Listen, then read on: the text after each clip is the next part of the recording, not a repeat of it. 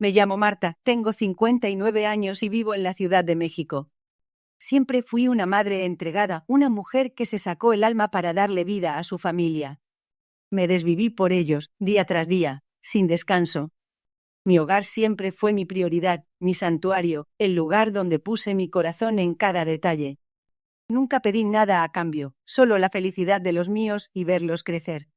Pero todo cambió el día de la boda de mi hijo, Daniel. Aquel día se grabó en mi memoria no por la alegría de verlo casarse, sino por el sabor amargo de la humillación. Fui la última en ser servida, y lo que llegó a mi mesa no fue una cena, sino un plato de desprecio. Recuerdo el momento con dolorosa claridad. Los demás invitados disfrutaban de su banquete, las risas llenaban el salón y los meseros iban y venían con bandejas repletas. Yo esperaba pacientemente, pensando que quizás era un simple retraso. Pero el tiempo pasaba y mi mesa seguía vacía. La vergüenza comenzaba a picarme en la piel. Cuando finalmente llegó mi plato, ya todos habían casi terminado. Lo que encontré fue carne fría, arroz duro y sin un aderezo que le diera vida. Sobras. Literalmente me dieron las sobras de lo que debía ser una noche de celebración.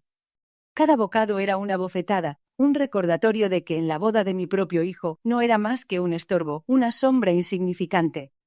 ¿Fue un error del personal de catering? ¿Un simple descuido? O peor aún, fue una humillación cuidadosamente planeada, una muestra de poder de mi nuera, Jimena. Hasta hoy no puedo olvidar la sensación de esa comida. No era solo el frío del plato, sino el frío en mi corazón. El sabor a desprecio era tan real, tan palpable, que se me quedó grabado en el alma. Sigo sintiendo ese nudo en la garganta al recordarlo, la rabia contenida y la incredulidad ante lo que estaba viviendo. ¿Cómo una madre puede ser tratada de esa manera en un día tan importante para su hijo? Siempre pensé que mi lugar estaba al lado de mi hijo, apoyándolo, celebrando cada uno de sus logros. Me crié bajo la idea de que la familia es lo primero, que el respeto entre los nuestros es sagrado. Pero ese día, esa creencia se hizo pedazos. Me hicieron sentir como una intrusa, una extraña en la celebración más íntima de mi propia familia. La imagen de Jimena, sonriendo desde la mesa principal, mientras yo forzaba una sonrisa para no derramar una lágrima, aún me persigue. Fue como si me hubieran arrancado un pedazo de mi identidad, mi rol como madre y pilar de mi hogar. ¿Alguna vez te han humillado de esta forma en tu propia familia? ¿Cómo reaccionarías tú si te encontraras en una situación así, donde el dolor de la traición se mezcla con la desilusión? Déjame tu opinión en los comentarios. Me gustaría saber si alguien más ha pasado por algo similar, porque el silencio es una carga pesada. Y no olvides darle me gusta y suscribirte para más historias reales como esta. Necesito que mi voz se escuche, que esta experiencia sirva para que nadie más pase por algo así. Lo que viene te dejará sin aliento, porque lo que sucedió después de esa noche no se parece en nada a lo que esperas. La historia de cómo la madre que todos olvidaron decidió que era tiempo de ser recordada. Apenas comienza. Prepárense, porque esta es una historia de dignidad, de dolor y de una lección inolvidable. Si me preguntaran cómo me describiría antes de que Jimena llegara a nuestras vidas, diría que era la madre perfecta. No en el sentido de infalible, no, sino en el de dedicada, de abnegada, de aquella que ponía la necesidad de su hijo por encima de la propia. Mi vida dio un giro radical cuando perdí a mi esposo de forma súbita. Daniel era tan solo un niño y, de un momento a otro, me convertí en madre y padre. Soltera, con una pena inmensa en el corazón, pero con una fortaleza que no sabía que poseía, decidí que Daniel no echaría de menos nada. Recuerdo las largas jornadas. Trabajé como secretaria por más de 30 años en la misma empresa. Me levantaba antes del amanecer, preparaba el desayuno, llevaba a Daniel a la escuela, corría al trabajo y al regresar me dedicaba por completo a él. Cenábamos juntos, le ayudaba con sus tareas, le leía cuentos antes de dormir. Cada peso que ganaba era para asegurarle una buena educación, una buena alimentación, un techo seguro. Hubo muchísimos sacrificios, noches en vela, preocupaciones que me arrugaron el alma, pero lo hice con gusto, con amor, con la convicción de que estaba construyendo un futuro mejor para mi hijo.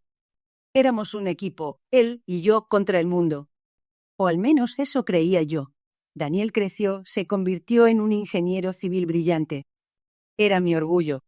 Verlo realizado, independiente, era la mayor recompensa a tantos esfuerzos. Siempre fue un buen hijo, atento, cariñoso. La idea de que formara su propia familia me emocionaba, aunque el alma se me encogiera un poco al pensar en el nido vacío. Pero ese vacío se hizo evidente mucho antes de lo esperado, justo cuando Jimena apareció en su vida. Cuando Daniel me la presentó, Jimena era una joven de 22 años, aparentemente encantadora. Sin embargo, desde el primer momento noté algo. Una mirada, un gesto, una forma de hablar que dejaba entrever un aire de superioridad, una cierta prepotencia. No tardó en mostrar su verdadera cara. Jimena era de esas personas que creen que el dinero lo es todo, que la posición social define a una persona. Y mi origen humilde, mi trabajo de secretaria, mis manos trabajadoras, parecían molestarle. Nunca ocultó su desprecio, aunque lo disfrazaba con comentarios pasivo-agresivos o miradas por encima del hombro. «Ay, Marta, qué interesante tu casa, tan acogedora», me dijo una vez, con una sonrisa que no le llegaba a los ojos. Como si mi hogar, que yo había levantado con tanto esfuerzo, fuera una curiosidad de mal gusto. Poco a poco, casi imperceptiblemente al principio, empecé a sentirme desplazada. Las decisiones sobre Daniel, sobre su tiempo, sobre nuestros planes, ya no pasaban por mí. Él empezó en celar nuestras citas de domingo, nuestras cenas semanales, con excusas vagas, siempre relacionadas con planes con Jimena. De repente la voz en las llamadas de mi hijo ya no era la misma, había un tono diferente, como si tuviera que medir sus palabras. Era como si mi rol de madre, de confidente, se fuera desdibujando lentamente. Pasé de ser el centro de su universo a ser una figura en la periferia. De la madre perfecta que lo dio todo, me estaba convirtiendo en la madre invisible. Me dolía, claro que me dolía. Verlo tan ensimismado en esta nueva relación, tan ciego a las sutilezas, a las señales de alerta que yo, con mi experiencia, veía claramente, me llenaba de una preocupación sorda. No quería ser la madre celosa, la que no acepta a la pareja de su hijo. Quería entender, quería aceptar. Pero era difícil cuando sentía que Jimena me estaba borrando poco a poco del mapa familiar. Y lo peor de todo es que parecía que Daniel no se daba cuenta, o quizás no quería darse cuenta. Y esa fue para mí la primera advertencia de lo que se avecinaba. El anuncio llegó de la manera menos esperada, casi como una nota a pie de página en una conversación casual. Daniel me llamó una tarde, con una voz que intentaba sonar entusiasta, para decirme que le había pedido matrimonio a Jimena. Mi corazón, a pesar de la punzada de ver cómo mi hijo se alejaba cada vez más, se llenó de júbilo por él. Después de todo, uno siempre desea la felicidad de sus hijos. Lo felicité efusivamente, lo llené de abrazos cuando lo vi y le ofrecí mi apoyo incondicional para lo que necesitaran. Cuenten conmigo para todo, hijos, les dije, con la sinceridad que solo una madre puede ofrecer. Pero mi entusiasmo se diluyó rápidamente. Conforme pasaban los días y las semanas, me di cuenta de algo preocupante. Nadie me pedía ayuda, ni siquiera mi opinión. Los planes para la boda parecían gestarse en un universo paralelo al mío. Daniel solo me daba información a cuentagotas, y Jimena. Ella simplemente no decía nada. Era como si mi rol en la vida de mi hijo se hubiera evaporado. Ni un «mamá, ¿qué te parece este salón?», ni un «¿crees que este color de flores va con la temporada?». Nada. Era una sensación extraña, la de ser la madre del novio, la mujer que trajo a ese hombre al mundo, y estar completamente al margen de uno de los eventos más importantes de su vida. La tensión alcanzó su punto álgido durante una cena que Jimena organizó para presentarme formalmente a sus padres, doña Teresa y don Ricardo. Ya había tenido algunos encuentros previos con ellos, pero este era diferente, más formal, más cargado de expectativas. Desde el momento en que llegué a su lujosa casa me sentí fuera de lugar. Jimena, con su sonrisa perfecta y su voz melosa, apenas me dirigió la palabra directamente. Hablaba con Daniel, con sus padres, incluso con el personal de servicio, pero a mí me ignoraba sutilmente. Si cruzábamos miradas, era una fracción de segundo, fría, como si yo fuera un mueble más en la ase-ión. Durante la cena, que transcurrió entre conversaciones superficiales sobre viajes a Europa y cotizaciones de bolsa, intenté participar, de buena fe, de manera genuina. Sacaron a relucir el tema del banquete nupcial. Jimena hablaba de platillos exóticos, fusiones culinarias y chefs de renombre.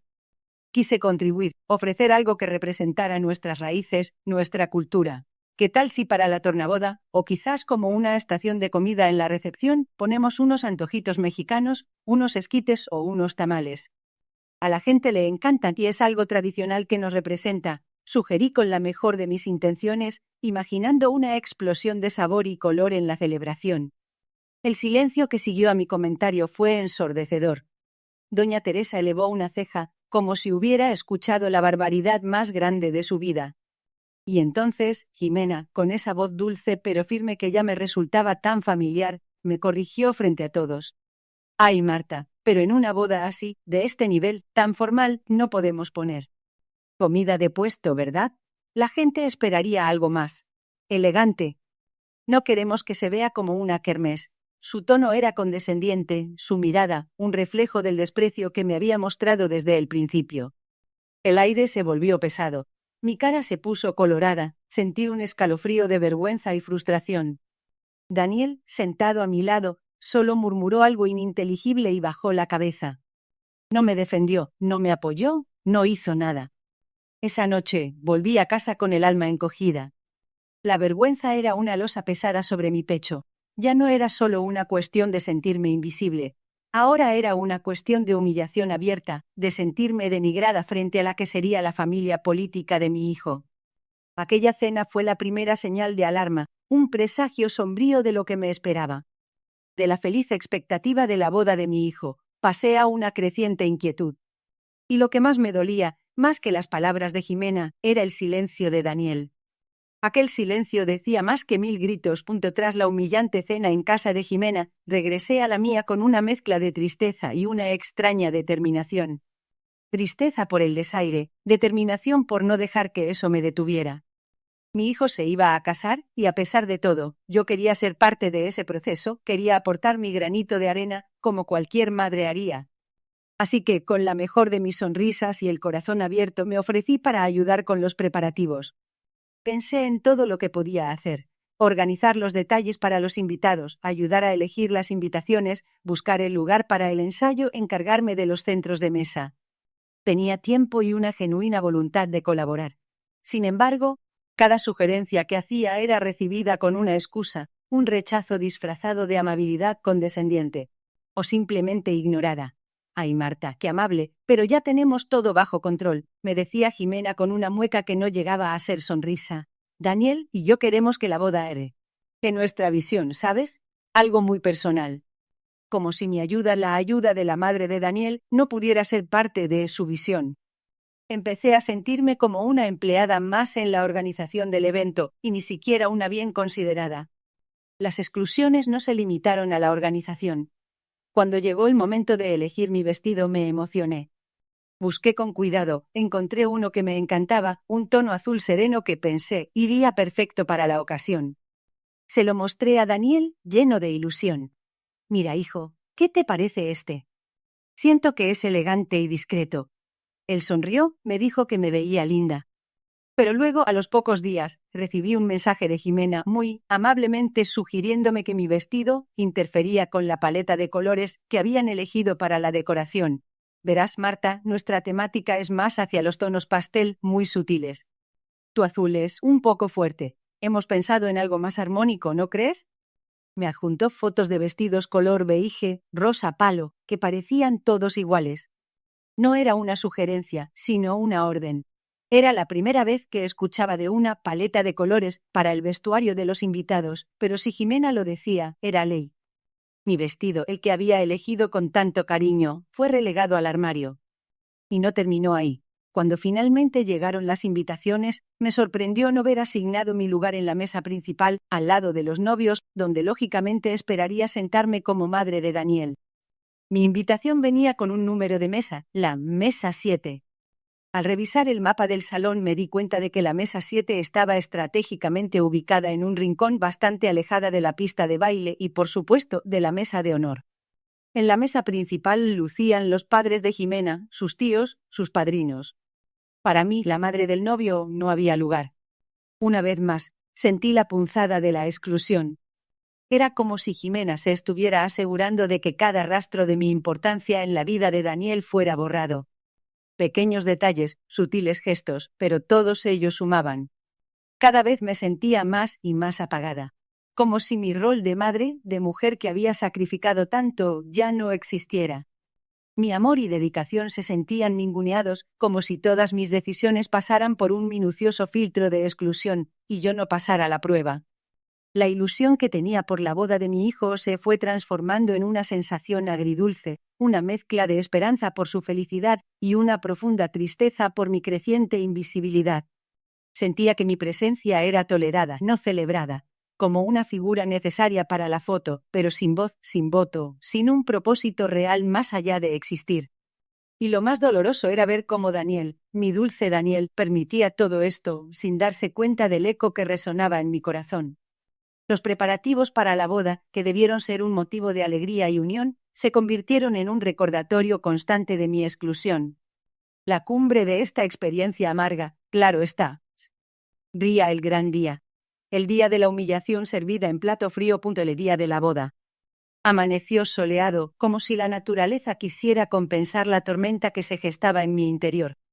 Me puse el vestido color pastel, el que Jimena había aprobado, y me maquillé con esmero, tratando de ocultar la tristeza que se reflejaba en mis ojos. Quería lucir bien por Daniel, por ese hijo al que había dedicado cada fibra de mi ser. Llegué al salón de eventos, un lugar majestuoso, lleno de flores y elegancia. La música de fondo creaba un ambiente festivo, pero para mí cada nota sonaba hueca. Me dirigí a mi mesa, la famosa Mesa 7. Estaba en un rincón apartado del salón, lejos de la efervescencia de la pista de baile y, por supuesto, de la mesa de honor donde los novios y sus invitados más selectos reían y brindaban. Me senté sola mientras veía a los demás invitados llegar y ocupar sus lugares. Traté de parecer cómoda, de fingir que todo estaba bien, pero mi corazón latía con una mezcla de ansiedad y dolor. Daniel y Jimena lucían radiantes. Las fotos de la ceremonia que vi fugazmente los mostraban sonrientes, felices. Mi hijo, mi Daniel, se veía tan ajeno a mi desazón. Comenzó el banquete. Los meseros, pulcros y eficientes, empezaron a servir los platos. Vi cómo uno a uno, los invitados de las mesas cercanas, y luego las más alejadas, recibían sus deliciosos platillos. El aroma a comida caliente y exquisita llenaba el aire. La mesa de honor, la de los padres de Jimena, ya estaba disfrutando de su cena completa. Entrada, plato fuerte y hasta brindaban con copas de champaña. Yo miraba, esperaba mi turno, pero a mi mesa no llegaba nada. El servicio me ignoraba. Pasaban a mi lado cargados de bandejas como si yo no existiera. El tiempo se arrastraba. Los minutos se convirtieron en una eternidad de vergüenza y frustración. Sentía las miradas curiosas de algunos invitados, esos que se daban cuenta de que yo era la única en mi mesa sin plato. Una mesera se acercó, por fin, y sentí un atisbo de alivio. Pero este se desvaneció al ver el plato que me tendía. Era una porción de carne. Fría, completamente. El arroz, duro, casi incomible. Y ni rastro de alguna salsa o guarnición decente. Era evidente que no era un plato recién salido de la cocina. Con el ceño fruncido, le pregunté a la mesera en voz baja, con la esperanza de no llamar la atención. Disculpe, ¿es que ya no hay más comida caliente? La mía está fría. La joven, con una mirada de pena que decía más que 1000 palabras, se inclinó y con un tono de voz apenas audible susurró. Lo siento mucho, señora. Ya no había más. Esto fue lo último que quedó de la cocina. Sus palabras, aunque dichas con compasión, me cayeron como un jarro de agua helada. Fue la confirmación de lo que mi corazón ya sabía. No fue un error, no fue un descuido. Fue intencional. Volteé hacia la mesa de Jimena y sus padres.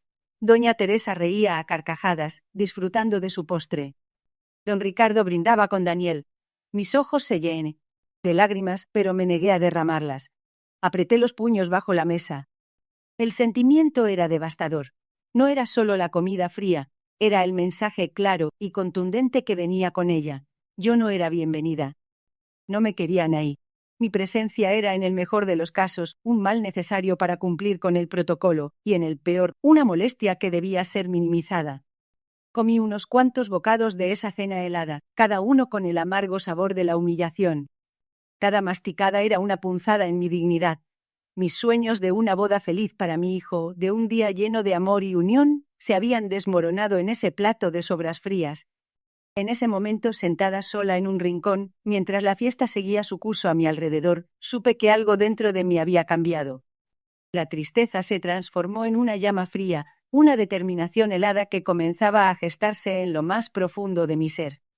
Esa humillación no se quedaría ese y punto después de la bofetada helada de esa cena fría, sentí la necesidad imperiosa de hablar con Daniel. Ya no podía callar más. No era solo la humillación personal, era la decepción de ver cómo mi propio hijo permitía que me trataran de esa manera en el día más importante de su vida. Esperé el momento adecuado cuando la música de la banda decreció un poco y Daniel se acercó a mi mesa para saludar a unos tíos lejanos. Mi oportunidad. Me levanté sintiendo que cada paso hacia él era una losa que se desprendía de mi corazón. Daniel, le dije, mi voz sonando más firme de lo que me sentía por dentro.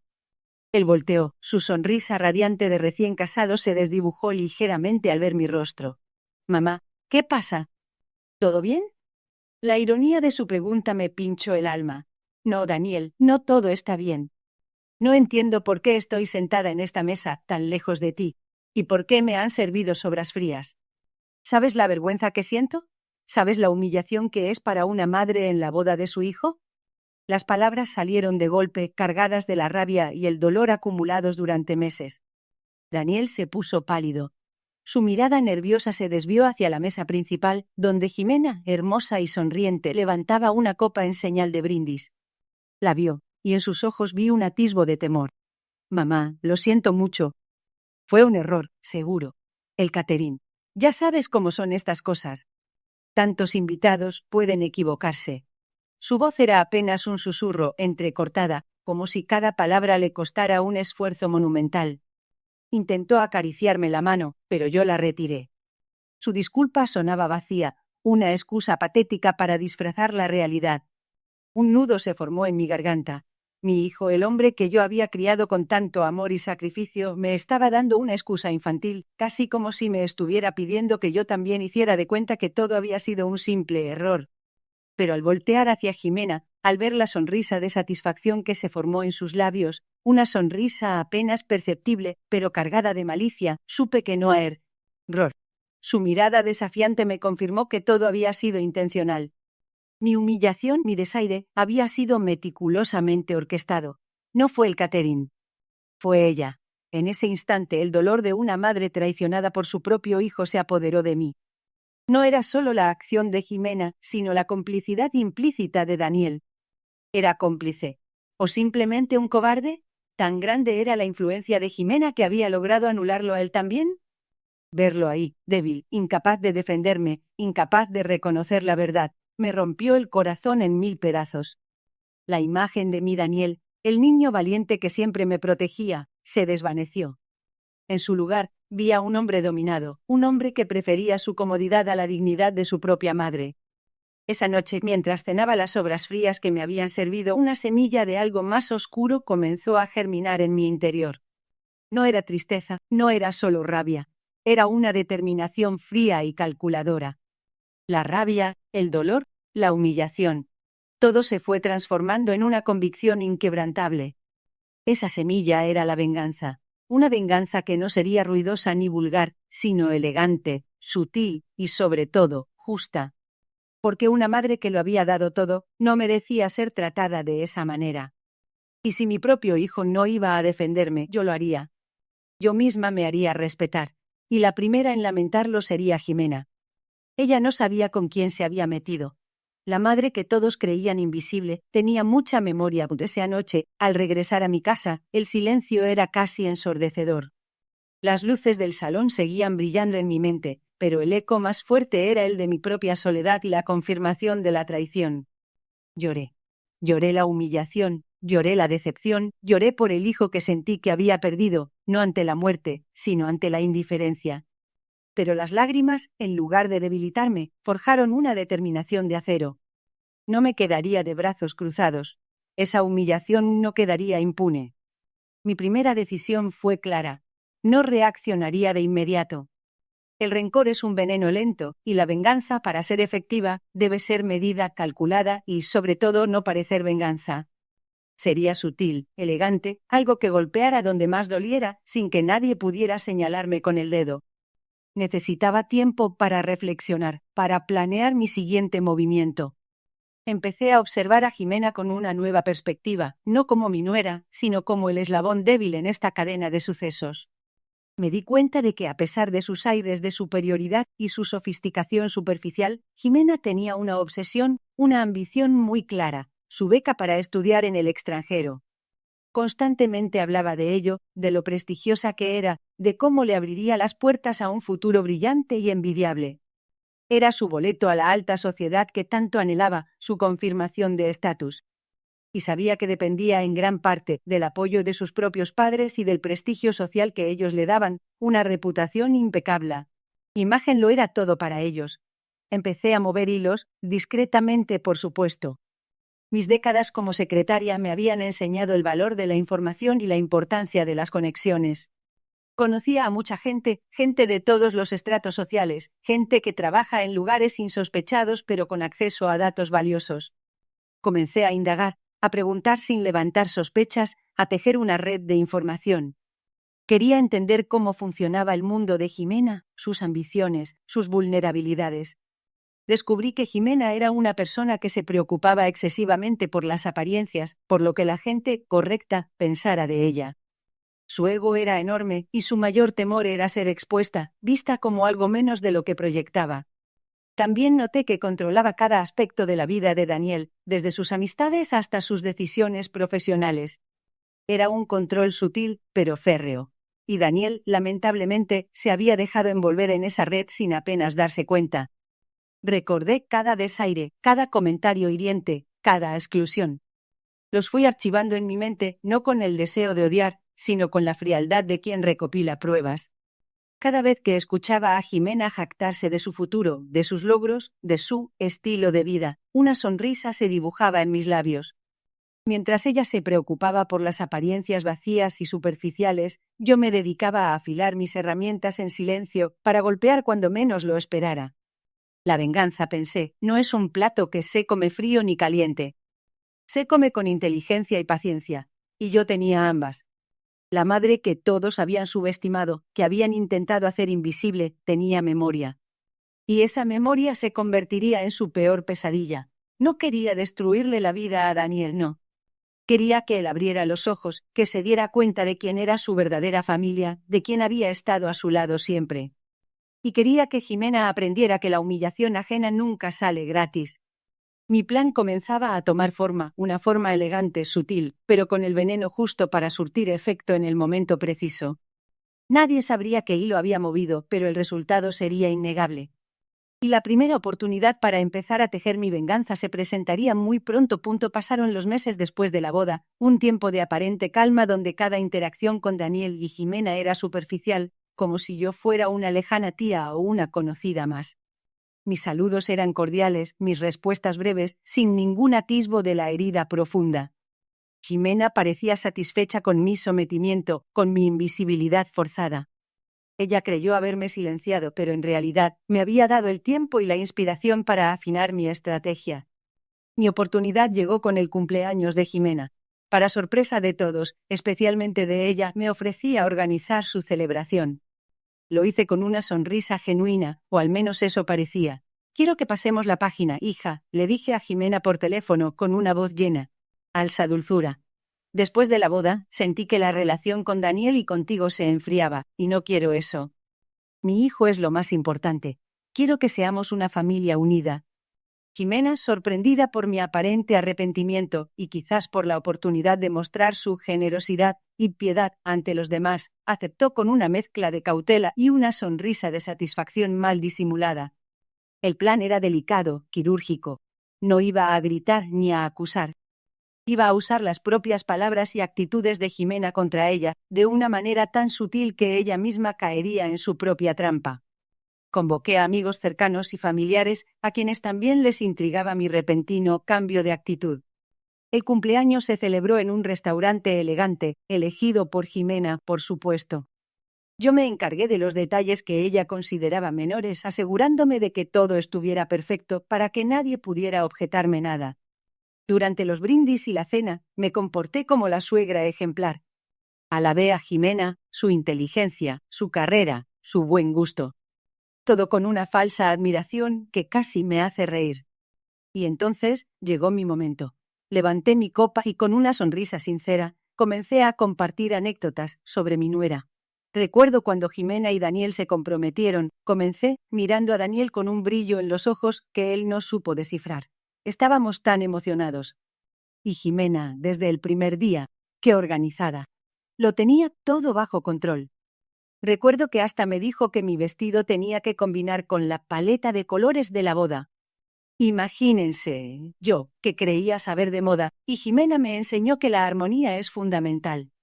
Me hizo cambiar mi vestido, pero tenía razón, quedó mucho más sobrio y elegante, ¿verdad, Daniel? Daniel asintió, visiblemente incómodo mientras algunos invitados se miraban entre sí. La anécdota sonó como una broma sobre mi supuesta torpeza, pero en realidad expuso el control obsesivo de Jimena. Más tarde, mientras la conversación fluía, solté otra perla. Y hablando de organización, Jimena es increíble. Yo siempre la bromeo. Le digo que controla hasta el aire que respira Daniel. Una vez quise sugerir unos esquites para la tornaboda, algo bien mexicano.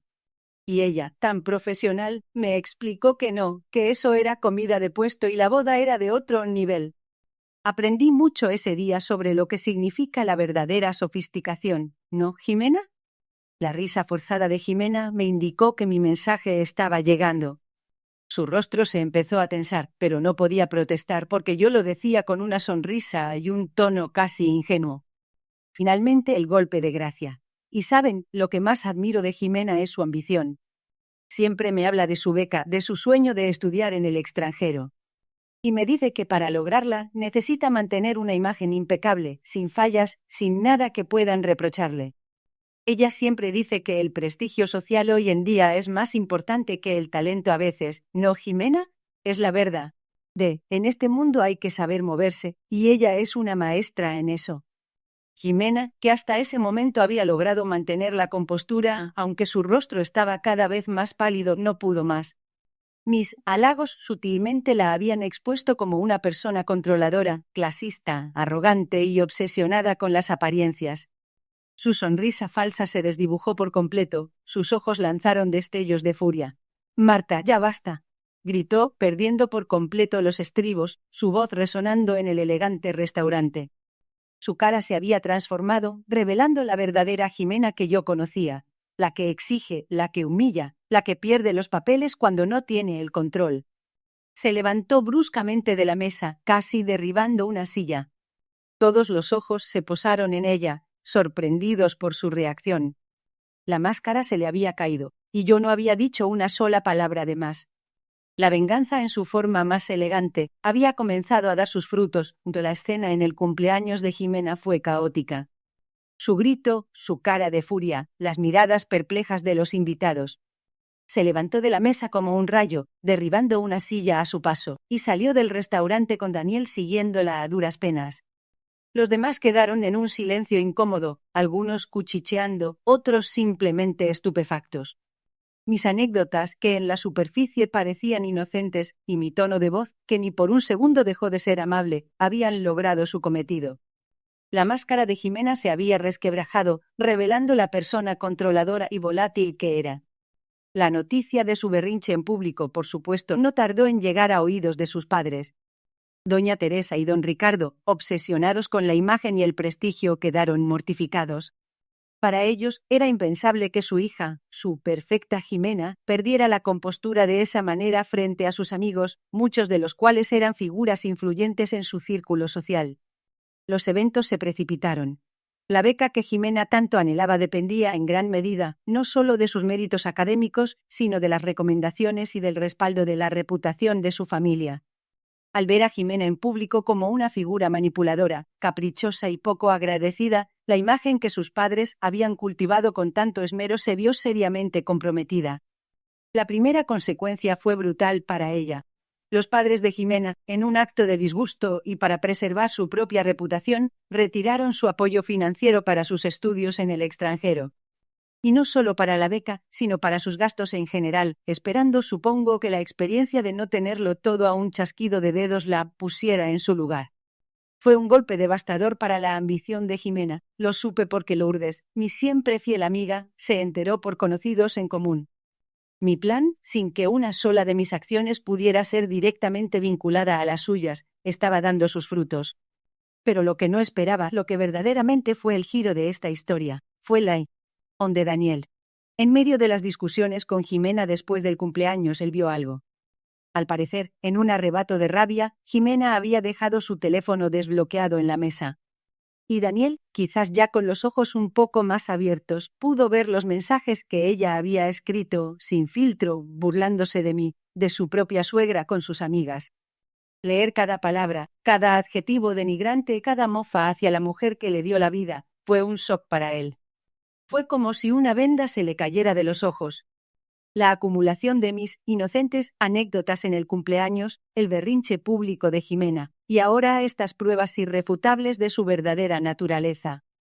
La mujer a la que había jurado amor eterno, la que había puesto por encima de todo y de todos, incluyendo a su propia madre, se revelaba como una víbora controladora y desleal. El matrimonio quedó fracturado. Las peleas fueron constantes y estruendosas, supimos que hasta los vecinos escuchaban. Jimena, sintiéndose descubierta y sin el apoyo financiero de sus padres, recogió sus cosas y se fue a casa de su familia. La vida, de repente, puso cada cosa en su lugar. Lo que nadie esperaba, lo que parecía imposible, había sucedido. La relación de Daniel y Jimena, una relación construida sobre la manipulación y la apariencia, se desmoronó. Yo no dije una palabra, no llamé a Daniel para consolarlo, no me regocijé en la desgracia de Jimena. Simplemente observé. La justicia en este caso habló por sí sola. Mi discreción fue mi mejor aliada. No hubo acusaciones, no hubo reclamos. Solo la verdad, revelada sutilmente pieza a pieza, hasta que la realidad no pudo ser negada. La madre que creyeron que podían pisotear, había dejado su marca. Y Jimena, con su ambición frustrada y su orgullo herido, se llevó consigo la lección más amarga. Los días que siguieron a la partida de Jimena fueron extraños. Un silencio diferente, no el de la exclusión, sino el de la calma después de la tormenta, se instaló en el ambiente. Yo me mantuve al margen, no busqué a Daniel, ni le envié mensajes. Mi promesa fue que la justicia hablaría por sí sola, y así lo estaba haciendo.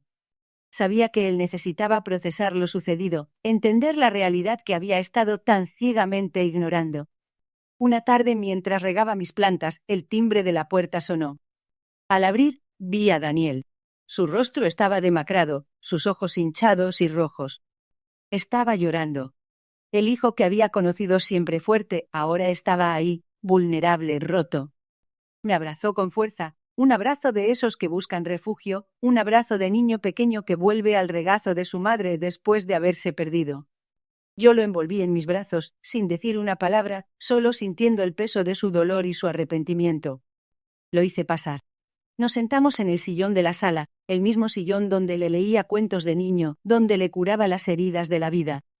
Él empezó a hablar, con la voz entrecortada, casi inaudible al principio. Me contó lo de los mensajes, la de Jimena, la ceguera en la que había vivido. Se disculpó una y otra vez, su voz suplicante, llena de culpa y vergüenza. Me dijo que lo sentía, que había sido un tonto, que Jimena lo había manipulado, que no sabía cómo pudo permitirme ese trato. Lo escuché en silencio. Cada palabra de su arrepentimiento era sincera, lo percibí. No lo interrumpí, no le recriminé, no le hice sentir peor de lo que ya se sentía. Le dejé vaciar su corazón, expresar todo el dolor y la culpa que lo ahogaban. Cuando terminó, hubo un largo silencio. Yo lo miré, mis ojos llenos de amor maternal, pero también de una verdad que necesitaba ser dicha. Daniel, le dije, mi voz suave pero firme, sé que lo sientes. Y te perdono. Siempre te he perdonado porque eres mi hijo y te amo más que a mi propia vida. Pero el perdón no es olvido. Hice una pausa. El respeto no se pide, Daniel. El respeto se da. Y si no se da, se exige. Lo que pasó en tu boda fue una falta de respeto profunda, no solo hacia mí, sino hacia todo lo que representa el amor de una madre. Y tú lo permitiste. No te lo reprocho, pero es una lección que debes aprender. Le dejé claro que, aunque lo perdonara, mi dignidad no era negociable. Había pasado décadas entregando mi vida, mi tiempo, mi energía, y no merecía ser tratada como una invitada de segunda. Merecía un asiento en la mesa, al lado de mi hijo, porque mi lugar no era el de una espectadora, sino el de quien lo había puesto ahí. Esa conversación marcó un antes y un después, no solo en nuestra relación, sino en mi propia vida. Había recuperado a mi hijo, sí, pero también había recuperado algo mucho más importante, a mí misma. La Marta que había sido invisible, la que se había dejado eclipsar, la que había vivido para los demás, ya no existía. Decidí reinventarme. Siempre me había gustado cocinar, era mi pasión secreta, mi refugio. Así que con el tiempo libre que antes dedicaba a preocuparme por la familia de mi hijo, me inscribí en un curso de gastronomía. Me gradué con honores, aprendí técnicas nuevas, y mi cocina se convirtió en mi laboratorio de creatividad y alegría. Empecé a organizar cenas exclusivas en mi casa, pequeñas reuniones donde la gente venía a disfrutar de mi sazón, de mi calidez como anfitriona. Las mesas, ahora, siempre estaban repletas, y yo era la estrella, la anfitriona, la mujer que con cada plato contaba una historia de superación y sabor. La gente me admiraba. Admiraban mi fuerza, mi resiliencia, mi talento. Me miré en el espejo un día, después de cortarme el cabello y cambiar mi estilo, el nuevo look me hacía sentir ligera, renovada. Me sonreí una sonrisa de satisfacción y paz. No me voy a disculpar por haberme hecho respetar, me dije a mí misma en voz alta. Después de todo lo que di. No merecía sobras frías. Merecía un asiento en la mesa, o al menos, un hijo que supiera quién lo puso ahí. Recuperé mi dignidad. Y esa, mis queridos amigos, fue la mejor de las venganzas. No la que destruye, sino la que construye. Una venganza que me devolvió a mí misma.